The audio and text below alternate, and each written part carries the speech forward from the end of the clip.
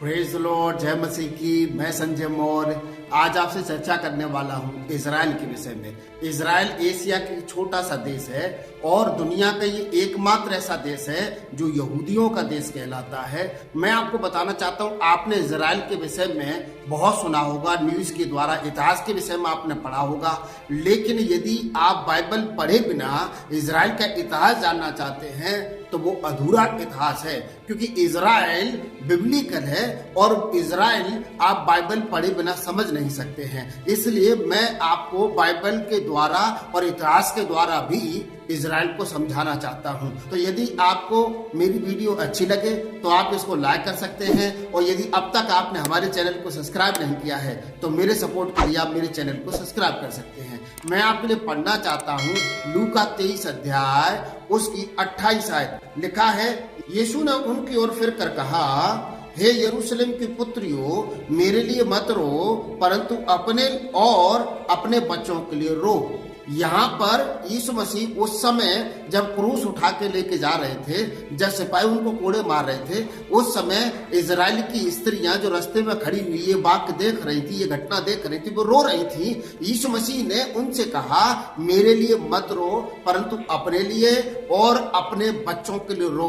क्यों यीशु मसीह ने ये बात कही थी? इसलिए ये बात प्रभु यीशु मसीह ने कही थी क्योंकि जब प्रभु यीशु मसीह को क्रूस की सजा दी जा रही थी, जो कचहरी में थे, उस समय इजराइलियों ने यीशु मसीह को क्रूस पर चढ़ाने के लिए आंदोलन किए थे और बरब्बास को अपने लिए छुड़ाने के लिए और यीशु को क्रूस पर चढ़ाने के लिए पिलातुस पर दबाव बनाया था। तब पिलातुस ने अपने हाथ धो लिए थे और उसने कहा कि मेरी ओर से तो यीशु इनोसेंट है, उसमें कोई गलती है नहीं। तब यहूदियों ने, या फिर ये कहिए यरूशलेम के लोगों ने ये कहा कि इसका लहू हम पर और हमारे बच्चों पर आ जाए। यीशु मसीह उन स्त्रियों से यही कह रहे थे, मेरे लिए मत रो, अपने लिए, अपने बच्चों के लिए रो। क्यों? क्योंकि लोगों ने चीख चीख करके यीशु मसीह के लहू का गुनाह, यीशु मसीह के लहू को अपने और अपने बच्चों पर बांध दिया था। अर्थात यीशु की उस सजा का गुनाह अपने ऊपर ले लिया था, और इस कारण से यीशु मसीह यरूशलेम की स्त्रियों से ये बात कह रहे थे। और आप इतिहास में जाएंगे तो इतिहास बताता है कि यरूशलेम पर इसके बाद कई एक राजाओं ने चढ़ाई की, और तीतुस राजा ने चढ़ाई की। कई एक राजाओं ने इतना मारा, इतना सताया, और जो मंदिर था, दुनिया का सबसे बड़ा मंदिर था उस समय में यरूशलेम में, उस मंदिर को, जो यहोवा का मंदिर कहलाता था, उस मंदिर को डिस्ट्रॉय कर दिया था। और यहूदी यरूशलेम को छोड़ के, इजराइल को छोड़ के अपनी जान बचाने के लिए तितर-बितर हो गए थे। ये इजराइल का इतिहास है यीशु की मृत्यु के बाद का, और हम सब ये जानते हैं कि इसके बाद यहूदी जो तितर-बितर हुए थे, कई देशों के लोग उनको मार डालना चाहते थे। और हम ये भी जानते हैं कि हिटलर ने गैस के चैम्बर में कई लाख यहूदियों को जिंदा मार दिया था, बहुत नरसंहार किया गया था, और यहूदी तितर-बितर थे, दुख में थे, पीड़ाओं में थे। 14 मई 1948 में इजराइल को फिर से इजराइल होने के लिए, यहूदियों को फिर से इजराइल में बसने के लिए मौका मिला था, और 14 मई 1948 को इजराइल एक आजाद देश बना था। 1948 से पहले इजराइल फिलिस्तीन का हिस्सा था, परंतु जब इजराइल और फिलिस्तीन का बंटवारा हुआ 1948 में, तब इजराइल को 45% जमीन दी गई थी और फिलिस्तीन को 55%। पर आपकी जानकारी के लिए बता दूं, आज की डेट में इजराइल के पास 80% जमीन है। ईश्वर की स्तुति। ये सब बिब्लिकली था, ये परमेश्वर की इच्छा में, परमेश्वर की मर्जी में था, क्योंकि बाइबल कहती है, यिर्मयाह 31 अध्याय की 8 और 9 आयत में लिखा है, देखो मैं उनको उत्तर देश से ले आऊंगा और पृथ्वी के कोने कोने से इकट्ठा करूंगा, और उनके बीच अंधे, लंगड़े, गर्भवती और जच्चा स्त्रियां भी आएंगी। एक बड़ी मंडली वहां लौट आएगी, वे आंसू बहाते हुए आएंगे और गिड़गिड़ाते हुए मेरे द्वारा पहुंचाए जाएंगे। मैं उन्हें नदियों के किनारे किनारे और ऐसे चौरस मार्ग से ले आऊंगा जिससे वे ठोकर न खाने पाएं, क्योंकि मैं इजराइल का पिता हूं और एप्रैम मेरा जेठा है। हालेलुया। मेरे प्रियो, सब लोग ये जानते हैं कि इजराइल को द्वितीय विश्व युद्ध के द्वारा इजराइल फिर से मिला, फिर से यहूदी लोग वहां जाकर के बस पाए। लेकिन ये इतिहास के विषय में लोग बात करते हैं, परंतु उनको ये नहीं मालूम है ये इतिहास को रचने वाला, इस इतिहास को बनाने वाला सेनाओं का यहोवा है, परमेश्वर है, जिसने यहूदियों को फिर से उनका मुल्क, वो जमीन जो प्रॉमिस लैंड कहते हैं बाइबल के अनुसार, परमेश्वर ने जब इजरायली मिस्र में गुलामी में थे तभी वो जगह उनको दे दी थी। परमेश्वर का वायदा था उस जगह के लिए, यहूदियों को देने के लिए, और यहूदियों को जब ये जमीन मिली तो ये इतिहास वाली बात नहीं है, इस इतिहास को रचने वाले परमेश्वर की बात है, जो परमेश्वर हजारों वर्ष पूर्व में ये भविष्यवाणी कर चुका था कि मैं अलग अलग देशों से तितर बितर यहूदियों को फिर से इकट्ठा करूंगा।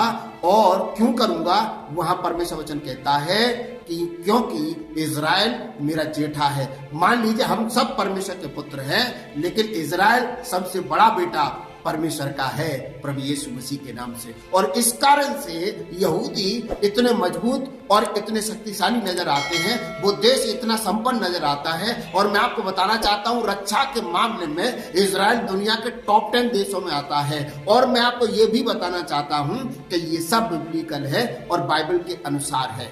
एक और आयत मैं आपके लिए पढ़ना चाहता हूँ, यशाया 41 अध्याय की 9 आयत। लिखा है, तू जिसे मैंने पृथ्वी के दूर दूर देशों से लिया और पृथ्वी की छोर से बुलाकर यह कहा, तू मेरा दास है, मैंने तुझे चुना है और त्यागा नहीं। परमेश्वर वचन साफ शब्दों में कहता है, परमेश्वर कहते हैं कि मैंने तुझे पृथ्वी के दूर दूर देशों से चुना है, बुलाया है, ठहराया है। और मेरे प्रिय, मैं आपको ये बताना चाहता हूँ कि इजराइल जब दोबारा बना, इजराइल जब दोबारा से आजाद मुल्क बना, फिर से अपने देश बसने का मौका मिला, तो ये सब परमेश्वर की योजना में था और उन भविष्यवाणियों के अनुसार था जो बाइबल में पहले से ही परमेश्वर ने बोल दी थी कि मैं दूर दूर देशों से अपने लोगों को फिर से इकट्ठा करूंगा, उनको उनकी प्रॉमिस लैंड फिर से, उनकी प्रॉमिस की, उनकी वायदे की जमीन फिर से मैं दे दूंगा। और परमेश्वर ने ऐसा ही किया प्रभु यीशु मसीह के नाम से। मैं आपको ये बताना चाहता हूं कि इजराइल 9 देशों से, 9 दुश्मन देशों से घिरा हुआ देश है। इजराइल एक छोटा सा देश है,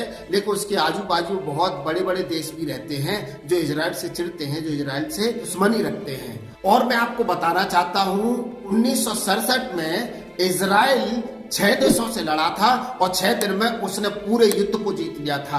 बहुत बड़ी बात है, एक छोटा सा देश जो नया नया बसा था, जिसको अभी और समय चाहिए था अपनी सेना को तैयार करने के लिए, उस समय में 6 देश उसके विरोध में हो गए थे और उन 6 देशों से उसने जंग जीत ली थी सिर्फ 6 दिनों में। और इसका कारण यही है क्योंकि इजराइल परमेश्वर का पहलौठा है, इजराइल परमेश्वर का जेठा है। पूरी दुनिया के लोग यदि परमेश्वर के लोग हैं, परमेश्वर के बच्चे हैं, तो वो सबसे बड़ा बच्चा परमेश्वर का है प्रभु यीशु मसीह के नाम से। और जकरया 2 अध्याय 8 आयत में लिखा है, क्योंकि जो तुमको छूता है वह मेरी आंख की पुतली को छूता है।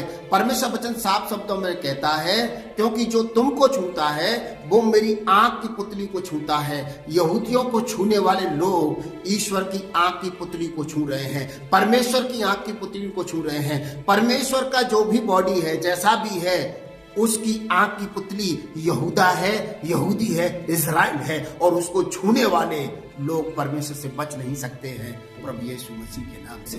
मेरे प्रिय, बाइबल तो ये तक कहती है, यदि आप